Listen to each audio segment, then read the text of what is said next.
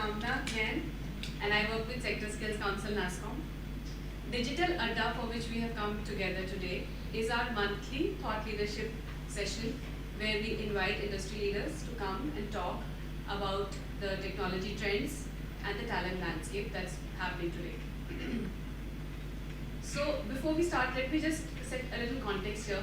So 2023 was the year of generative technology. Everybody, I'm sure, has played with one or the other models, ChatGPT, Stable Diffusion, GitHub Copilot.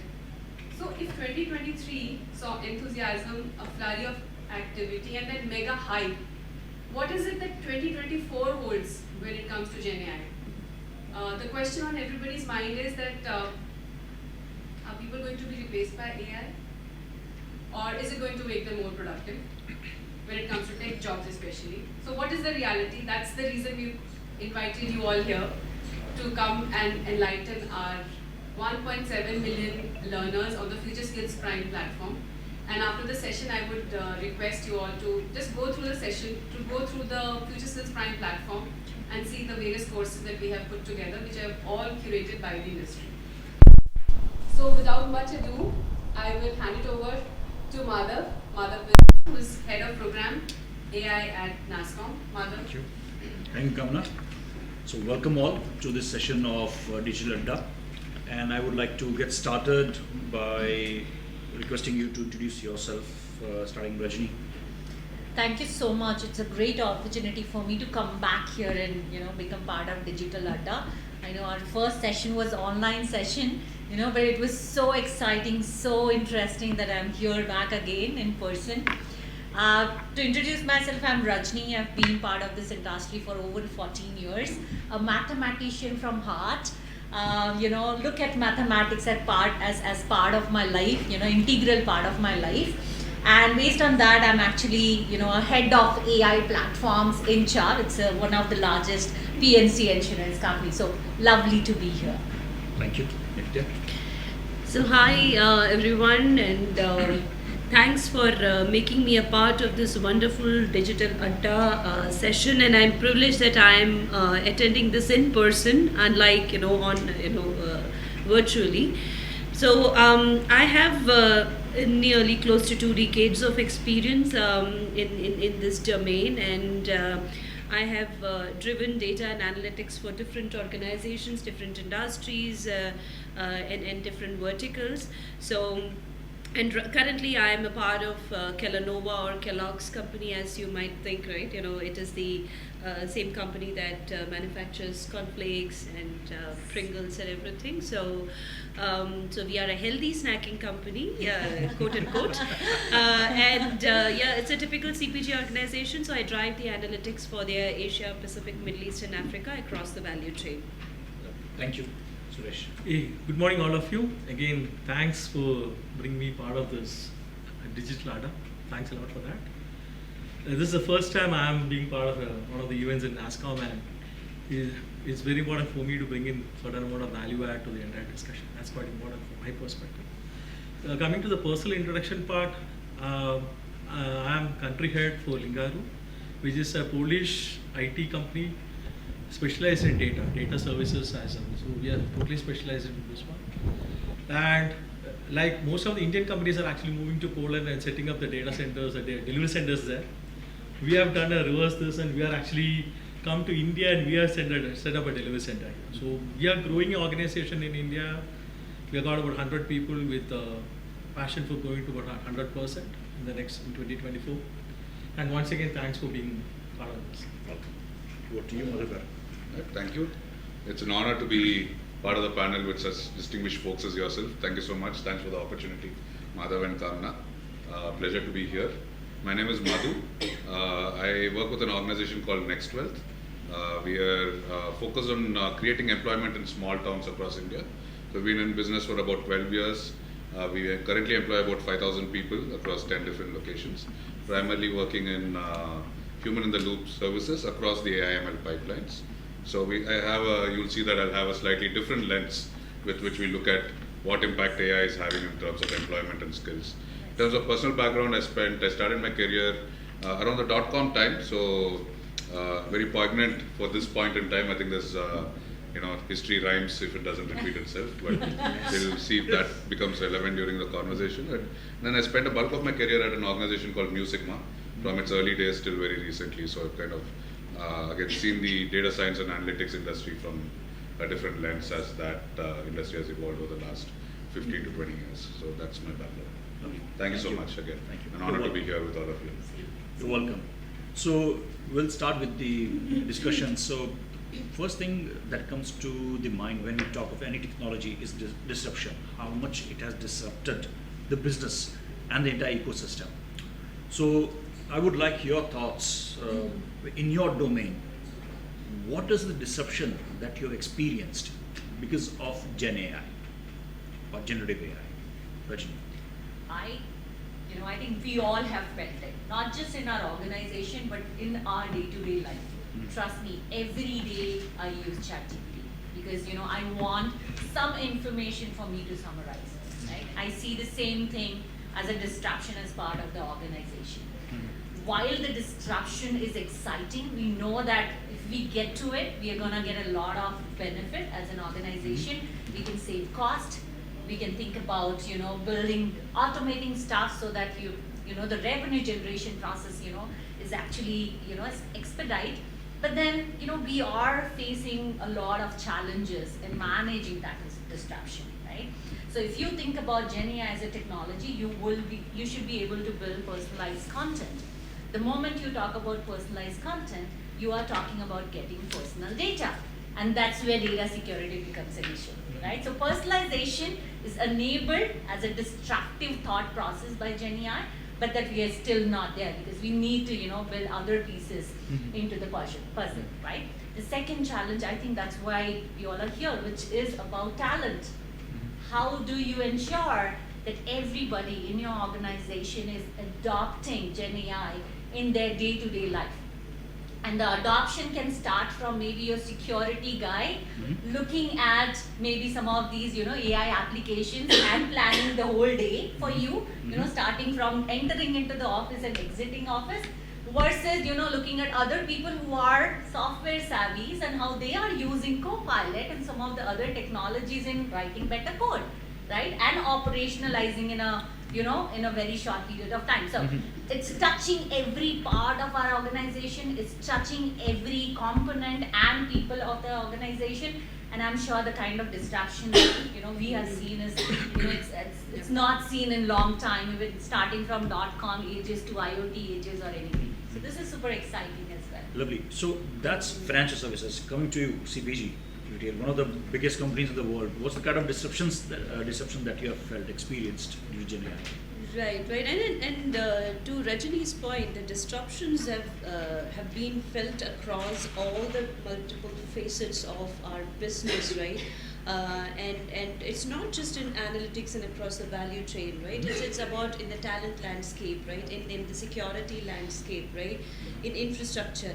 So there are multiple areas where we have really felt a lot of disruption, right? And and I think there are two aspects of it. One is the disruption that is happening right now, right here, right?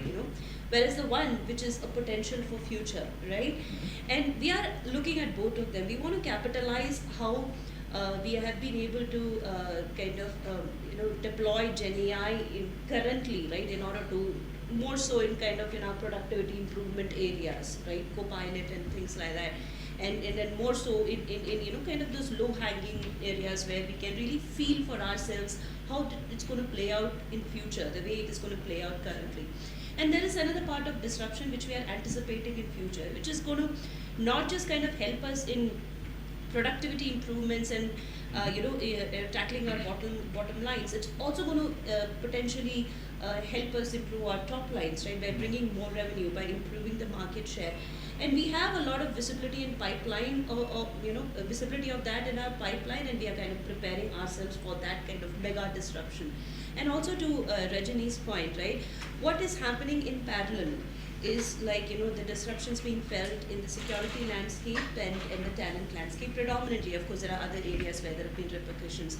Security is being considered very seriously in my company, like any others, because we are sitting on a lot of proprietary information price information, price sensitive information and things like that, right? How do we secure our infrastructure given the potential of the technology to be in the hand of bad actors, the same technology that we want to capitalize for good, right? So how do we safeguard our models, our infrastructure, our data from that? That's a serious concern, and we are putting a lot of frameworks and guardrails in place for that.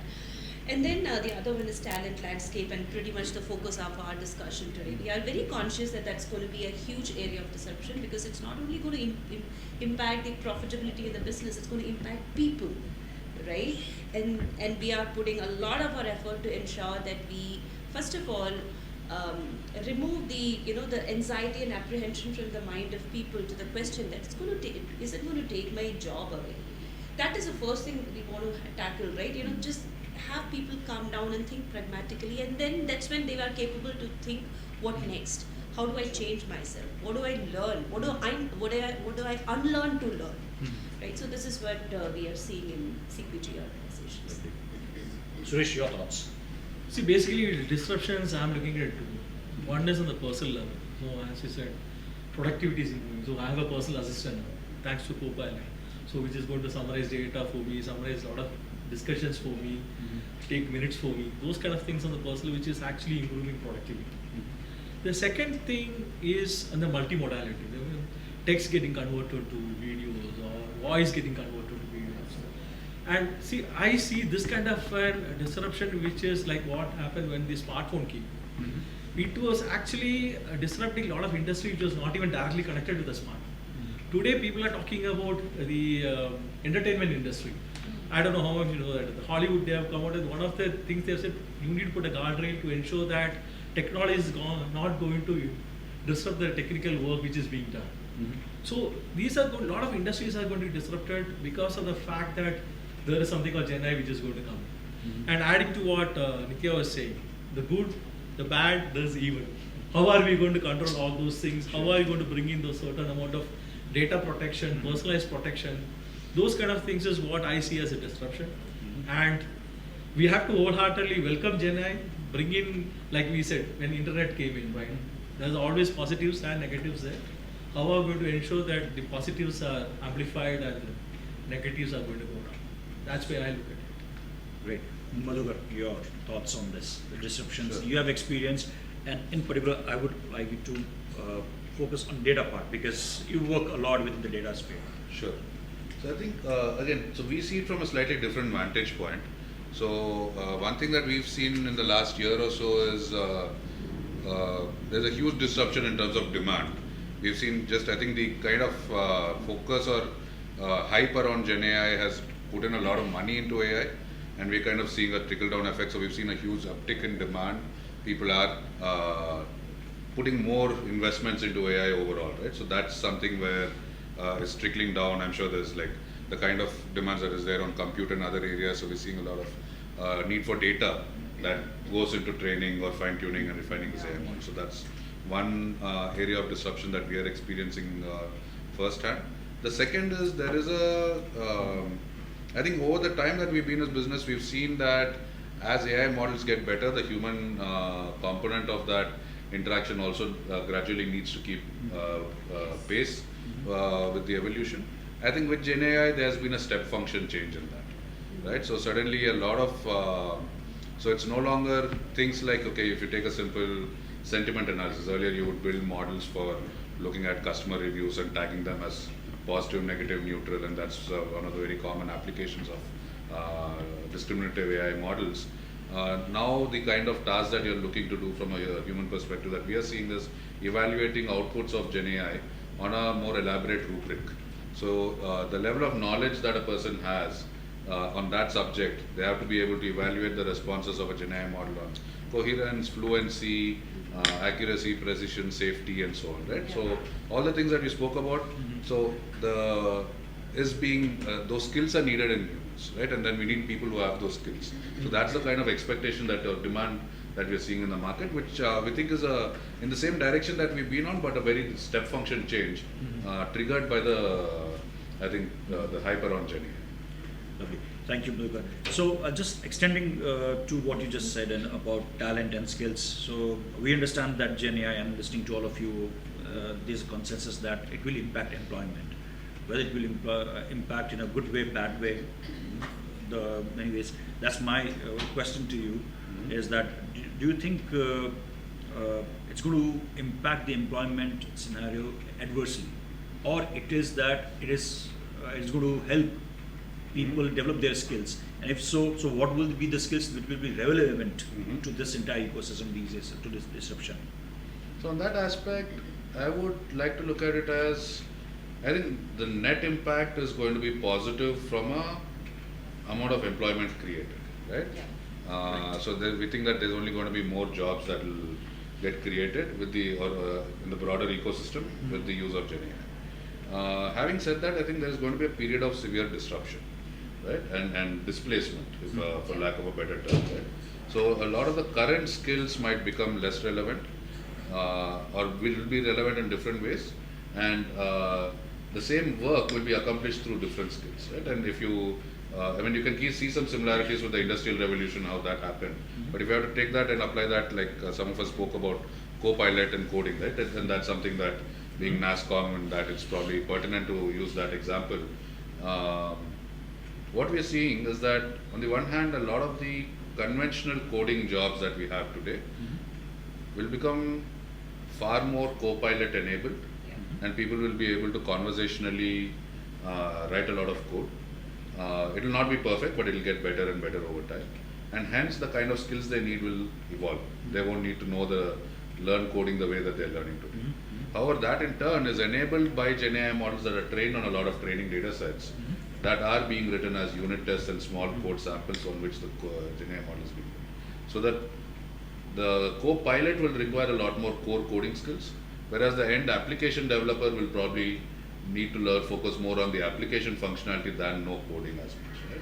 So that sort of a displacement of jobs or redefinition of how jobs take place, I think will end up creating net more productivity and more jobs, more employment opportunities, but I think that evolution is going on.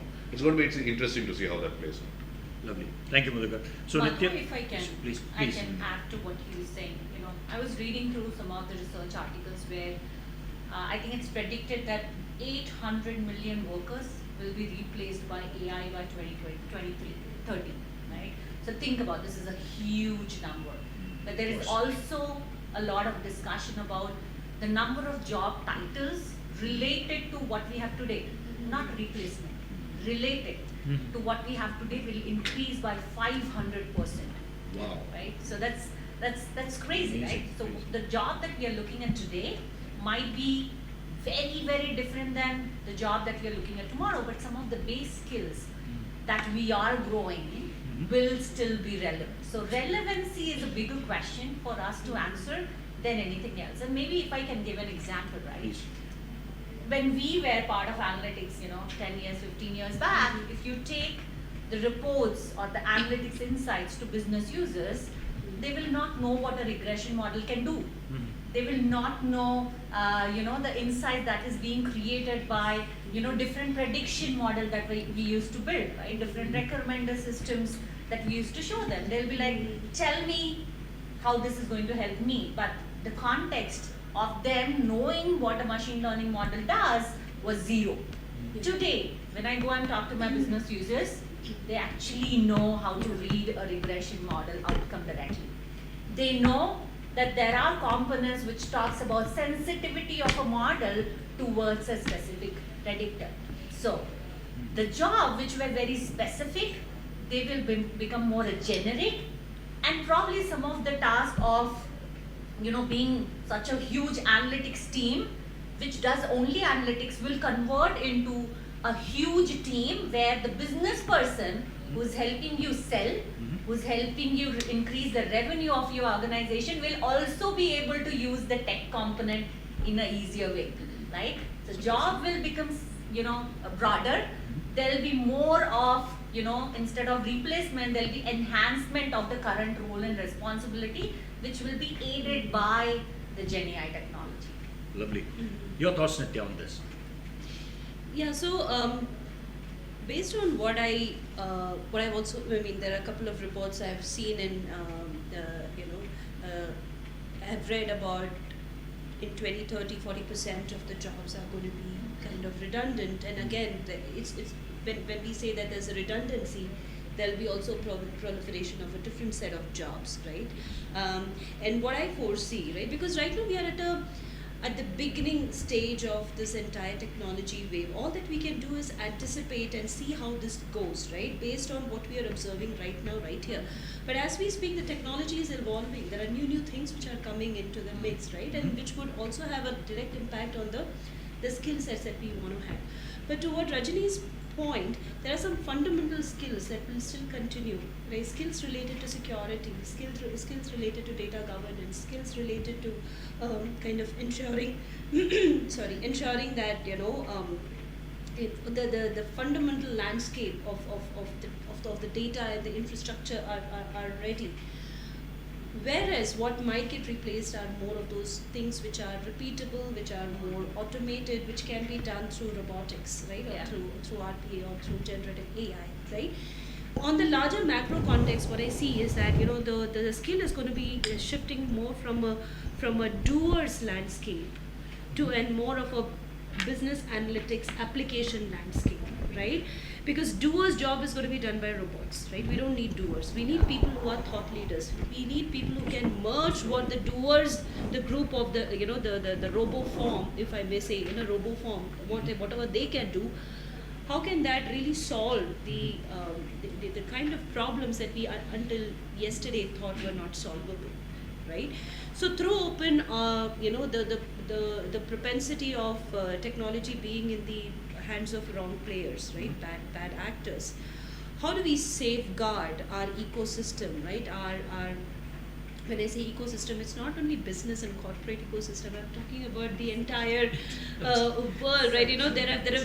There have been disruptions that have there have been hacks to the entire healthcare ecosystem of US, right? The entire insurance ecosystem of a certain country, right? So I'm talking of that altitude, right? Which means that there's going to be a lot of future skills in areas where we have to kind of avert such activities, in cybersecurity space, right? And these are some of the these are only some of the foreseeable areas right now as we stand, but as future unfolds in terms of technology evolution, there'll be much more. So net, there is the only thing that the current talent needs to be very conscious about is to not be apprehensive about whether what I'm doing is going to be irrelevant. Assume that it's going to be irrelevant and there are high possibilities of that, right? Come to terms with it. That's very important. And then you see what is next. Study what all of this is going to, turn the things, in future, and then make yourself ready by being nimble learners, learn new things, and upskill yourself. Great, thank you. Suresh, your perspectives on this? Couple of things. Basically, for me, the first part is a lot of creativity is going to get subcontracted to Gen AI. So you're going to ask some questions, and it's going to come out with most of your creative work. But is that creative work which is done by Gen AI, is it relevant for me? So a lot of things are going to come from the controlling perspective. Like, is the output, is it relevant? Is the data sets right? So people already talked about the data governance part, the security part, and all those things. So that's one part of the controlling things is going to be very relevant for me. The second most important thing is the curiosity. The business people who are going to ask the right questions and get the right output, which could then turn back and say, do I have the right data sets? So we are all very uniform in our thought process that data is going to be very important. Data is going to be the king. More importantly, the right data is going to be so that we remove the biases, we get the right output which we want, which could actually mean that we need to look at the controlling perspective. And the second most important thing is that who has the ability to ask the right question to get the right answers. So which actually mean that from the technology perspective, you will also look into from the business angle and how can this business angle bring in more productivity, more business revenues, bottom line, top line. That's about it. Okay, so what if I can summarize what we just discussed is that it's more of creative thinking, critical thinking, creativity, problem solving attitude, and how to leverage technology will be the skills that will be required coding has already been replaced. Few more things, they are already replaced. You don't need to be coder, but you not need to write a code, but how that code will function in the entire scheme of things. Just an example. So now, one thing that we realized, we did a data science and AI skills report for India last year, and we just realized the demand supply gap of the talent is increasing. So we require maybe around 1 million, and we are sitting at 600,000 only. So there's already a gap of that much, and it's going to go to up to 50%. So what do you think can be the reasons of this massive skill shortage? And we all know that we churn out engineers and professionals like anything. We're the best in the world when it comes to that. But what do you think, in spite of all those, what is the challenge and why the skill shortage? Starting from you, Madhukar. So I think one thing that can causes the skill shortage is there's a huge gap between the education system. Some of these are well studied. I'm not saying anything new. I think but to repeat that, and maybe then I'll make the follow-on point on that, is that there's a huge gap between where the education system is, how it's been designed and developed, and where the industry needs are. Right? There's just the history and journey from the Victorian education system that we inherited and whatever we have, through to the more digital economy and the jobs that we need. I think there's a big gap over there. I think the way to solve for that, though, I feel is on the demand side, not on the supply side, where I feel like we just have to be more comfortable with on-job training. Right? I think while skills by definition are something that are acquirable, right? It's not intelligence or attitude or aptitude, right? Those are things that you can say are a little bit more inherent, one can argue at least, right? Skills are definitely acquirable, and it's not like we have a shortage of people, right? We just believe that talent is not adequate. So I think if we are more open to organizations being willing to take in people and let them learn on the job, right? Which requires us to think differently again, right? It's not as simple as saying that, but that's possibly one way that we can look at bridging that gap, because end of the day, it's the organizations that economically benefit from having that talent. Right? So that's probably one thought that is worth considering. Your thoughts, Suresh? See, for me, the biggest thing was the demand just exploded. So I don't think anybody really from the supply side really thought about that. This is the kind of demand which is going to come. So there is always going to be a time or the lag where people really start thinking about that, okay, the education needs to be upgraded, what is relevant for the industry needs to be part of the educational system. So one positive thing is that because of the Gen AI coming into play, there's a lot of productivity improvement. So normally, for example, if somebody is going to take 5 days, 6 days to come out with a certain documentation, today it is going to happen in a couple of hours. So which would actually mean that there is a productive improvement happening. But more importantly, as Madhukar was saying, that adoption, that's going to be very, very important. People have to hug, I would say, embrace Gen AI, take it into it, be part of in the initiatives, because most of the IT companies are already talking about and doing it in a very religious way, the upskilling, cross-skilling kind of thing. But it's very important that a lot of them most of the employees have to take it up, do this upskilling, cross-skilling, and then part of the others. So that's one area and obviously the education side, we need to also think what is relevant for the industry and come out with those kind of curriculums, and then on the job kind of a training. These are the only ways which I feel the gaps can be addressed. Your thoughts? Why the shortage and what we should be doing about this?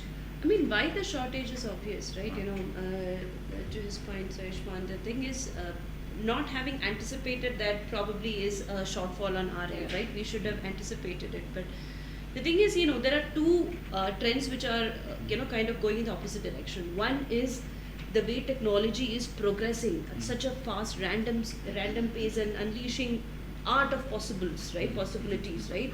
Whereas on the other side, the talent and the improvisation and the talent management, it's moving at a certain pace, right? So because of the fast pace of technology, the talent landscape is not able to catch up, and this was obvious, right? So the gap is only widening day by day as technology progresses, right?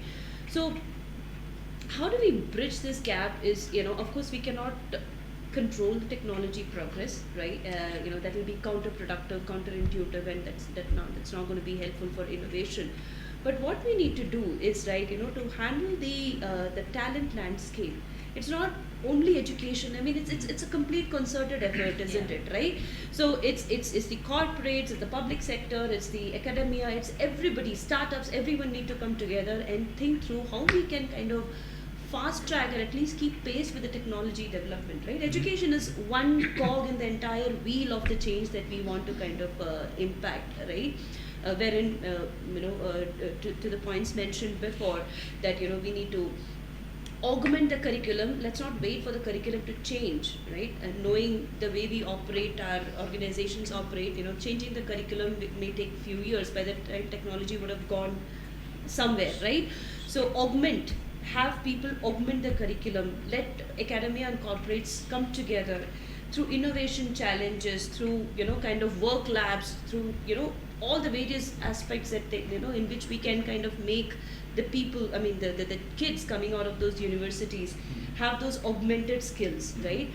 Apart from that, the government, the public sector, they can also kind of come together and try in different innovative ways through the startup ecosystem, encouraging this more of a, I would say, tinkering or doing kind of a behavior than, okay, let me wait and watch where my education will take me, right?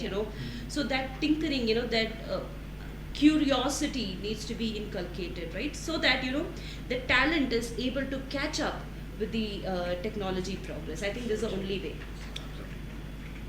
Your thoughts, Rajni? I'll probably give 3 very different points. Okay. I think number 1 is awareness. And probably I'll give you a personal example on that front. About a month back, my cousin brother, he called me, he was in Navy. He called me, he said, hey, you know what, my daughter is getting admission in data science, APC college. I'm not sure if this is the right place for her. I'm like, what are you talking about? Data science is the future. Like, isn't it AI? People think about artificial intelligence as still the thing that they've seen in movies. They don't understand there are a lot of other components which makes AI as AI. There is machine learning, there is data science, there is coding. Fortunately, people know, a lot of us know, that there is something which relates to IT and computer. But beyond that, understanding of some of these critical skills and letting their, people to actually, giving that push for the kids to actually go and take those courses, still not there. So awareness is very, very critical, right? Yes. Number 2 is a slightly different perspective on that is Gen AI, from an AI perspective, the basic need for somebody to learn AI or Gen AI relevant skill is computer and internet, right? Today, only 49% of Indian population have internet access. Only 49. US, about 84% of population has internet access. Do you want more people to give you Gen AI type skill? You need to think about infra. You need to think about, how people can have access to some of these basic needs, right? So that's probably, one thing that the government should definitely work towards, right? Ensuring that some of these basic skills which are required for somebody to actually step on to the first stone is available, right? Number 3 is, we talked about Gen AI taking over all the automation tasks, the naive task, robotic task. So every person who becomes part of an organization, now you want them to build or bring in depth of expertise. Because the high level, surface level expertise of knowing how to write a simple code or how to, think about, building a small app is done. Gen AI can do it. Now you want people to start building that depth. And getting to the depth needs time, needs experience and experimentation. A lot of times, a lot of smart people, I've seen them struggling to find their first internship, first job. Brilliant people. I know they can do wonders. but how do we provide them option or opportunity to understand, learn and experience so that they can build that expertise, right, is also very, very critical. So all of these 3 points I think is contributing to the shortage of the skill. I think if I just may add, I think all of you brought in very relevant points about awareness and education system. And I think I just want to, in fact, I'm very proud to say that about in 2018 we realized that technology, as NASCOM, we realized that technology is changing very fast, and we approached BCG to do a study on which are the technologies which are coming up. So that time the technologies that came up were AI, IoT, blockchain. And then we went to the industry to say that, okay, these are the technologies, what are the skills that you need? So we made a board of studies, board of industry leaders to come up with the skills and attitudes and job standards which are required. We made those job standards. Then we went to the content providers to make courses on those. And we got courses. There is a National Skills Qualification Framework, so those were aligned, some of those were aligned. And then we went to NCVT to get those courses creditized. The reason for getting those courses creditized was that if, as you said, curriculum is very difficult to change, it takes a long time. But if the courses have credits, then students can take those industry courses, get creditized, so once, it's not a burden for them to do some extra course. It's part of their course curriculum. And then we have those courses on our platform, some of those courses by Red Hat, AWS, all those technology courses are there on our platform. And then we have a Talent Connect portal on the FutureSkills Prime website where you can, once you get the certification in these, you put in your certification there and our members come and scout you from there. It's a small step, but we are happy to also happy to share that our skill gap in India is the lowest when you compare it with US, UK, and even China. Our skill gap is 21%. Theirs is much higher. So we are working towards that. Long way to go still, but efforts are being made. Excellent, That's excellent to good. have you. And I think we were talking about awareness. I think there are 2 more A's, right? One A is awareness, other one is acceptance, third one is action, right? You need to be aware things are changing. You need to accept it is going to impact you, and third is you need to take action, right? So all 3 A's are really, really important from a talent, if an individual talent perspective. And kudos to NASCOM for taking the initiative. Yeah, NASCOM and Sector Skills Council is working with Government of India for this FutureSkills Prime website, which has brought us all together. So I also want to understand that now we have spoken about disruption and other areas of Gen AI. So I just want to understand, we know that it's going to create value for us in business. Are we balancing that value creation with adequate risk management? If no, why? And how we can actually change that? And if yes, how? Your thoughts, Nitya? So yeah, I think I'll be repeating myself and then several of the others if I say that what are the risks that are involved with generative AI, right? So there are too many, right?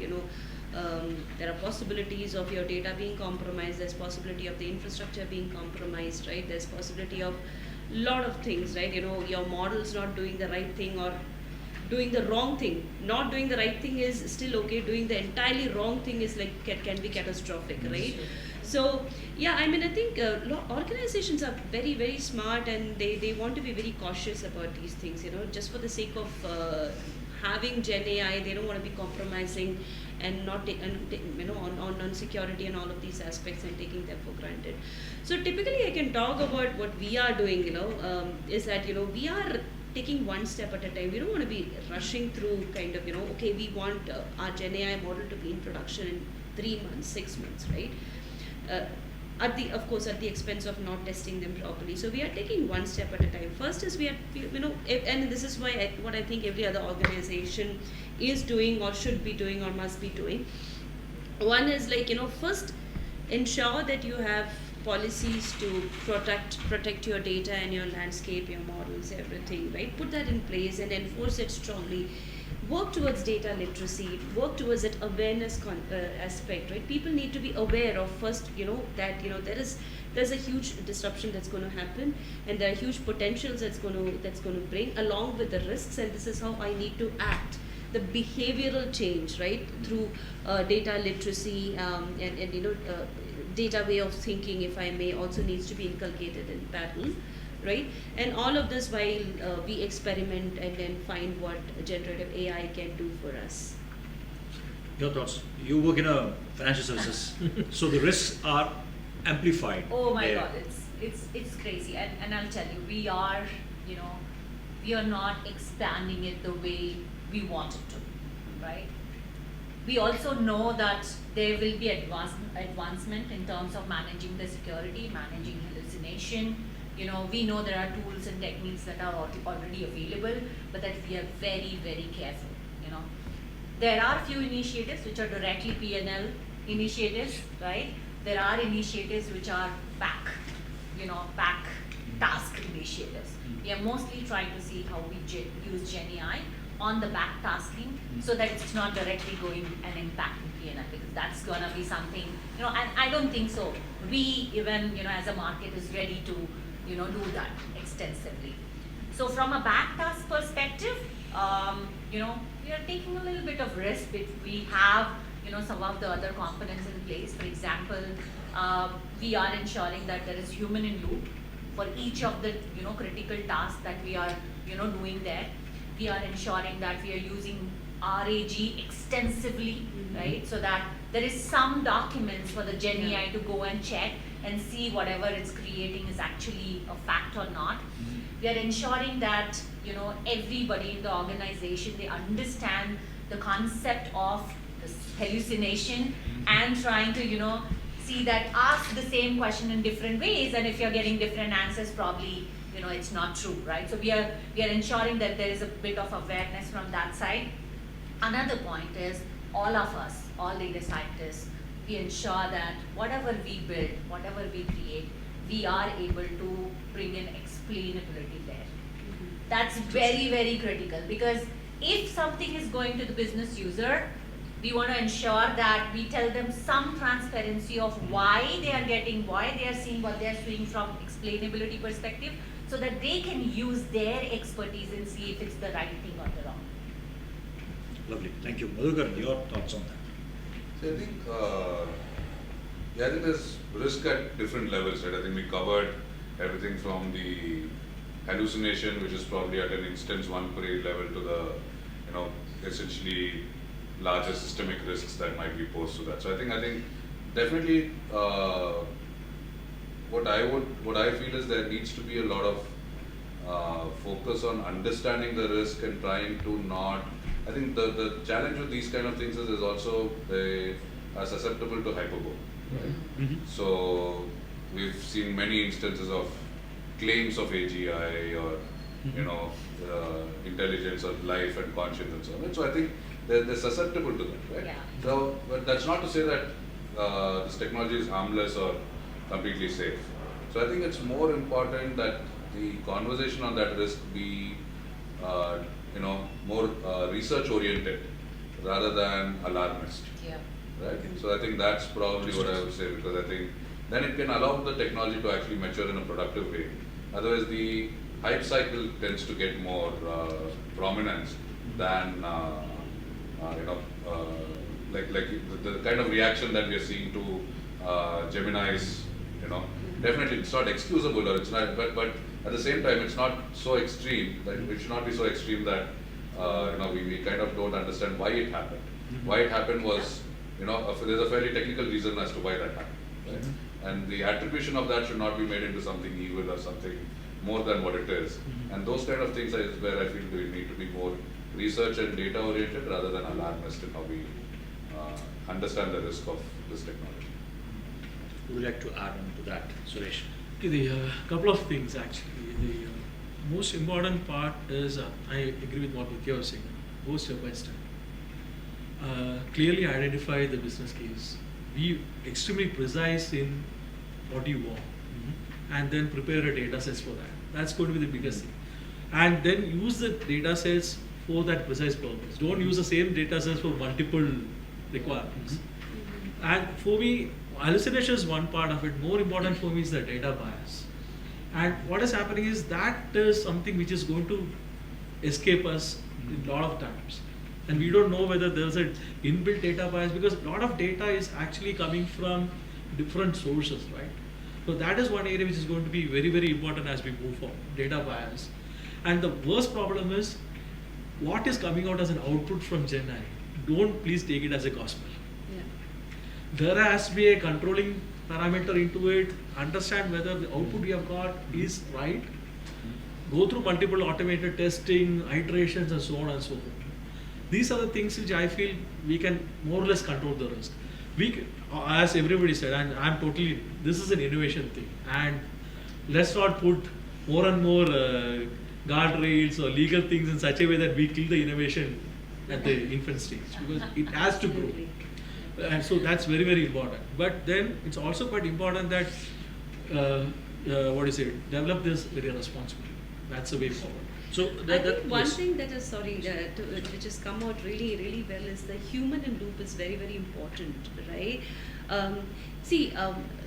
In my organization, hallucination, seeing that as a good or bad is very subjective. We tap onto hallucinating LLMs when we want to design marketing creatives.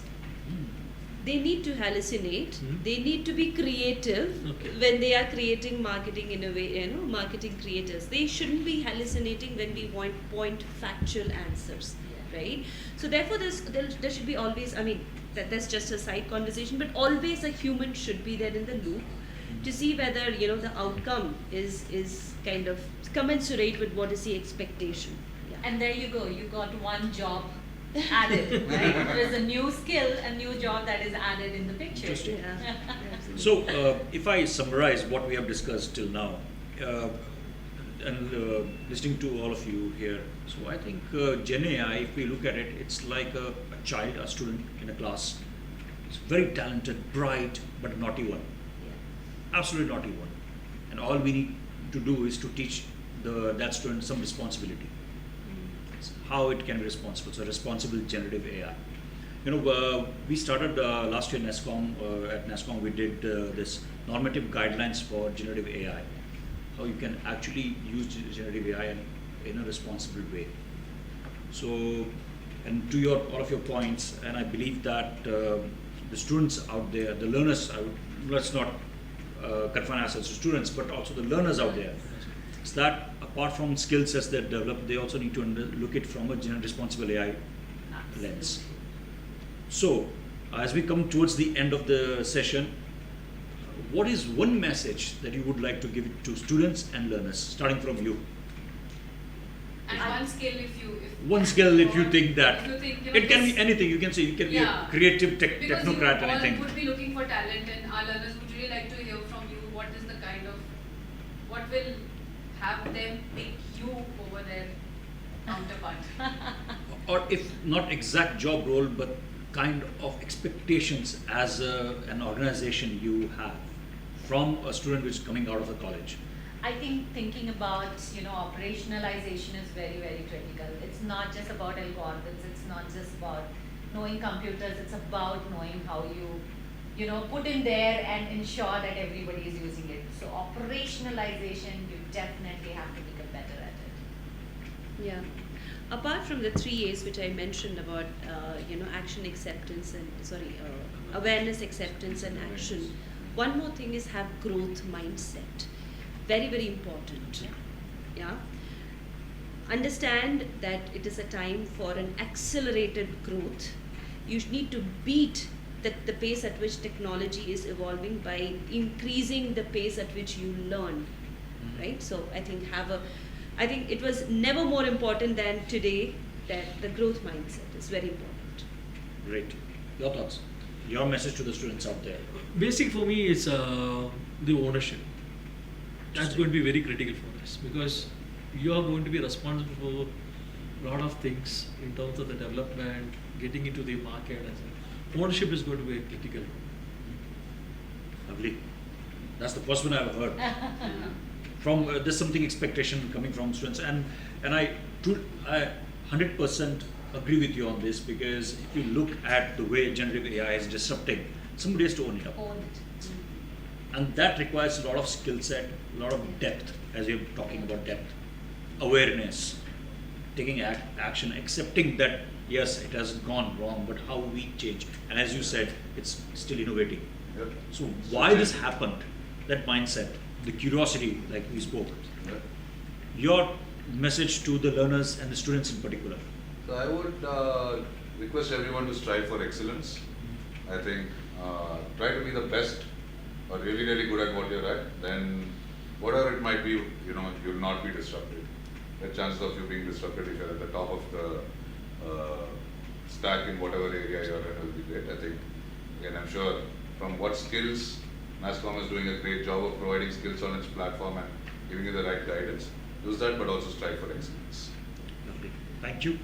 With this, we come to the end of this session Yeah, of and I Digital just Adda. reminded- Yes, please. Just reminded, thank you so much for joining us. I want to share with all of you that very recently the European Commission has published their report on the best upskilling and reskilling platforms across the globe, and FutureSkills is featured there, and we are in the top 5. Brilliant. Wonderful, wonderful. Congratulations. Thank you. It's a great moment of pride for us. Wonderful. And our FutureSkills team does a fabulous job going around the country, creating awareness, helping them augment their skills. So we're creating awareness, capacity building, and then adoption. We also talk about domain skills. So what you said about excel at what you do is basically translating whatever domain you are in, you just have a complete depth of that domain. I think that's what you meant. And my request to the students who are graduating is progress is always better than perfection. So keep on working. Just keep on working. Yeah, almost aligned with what Nitya was saying, growth mindset, learning. Absolutely. Thank you. Thank Thank you so much for your time. Thank you so much. Thanks a lot for having us here.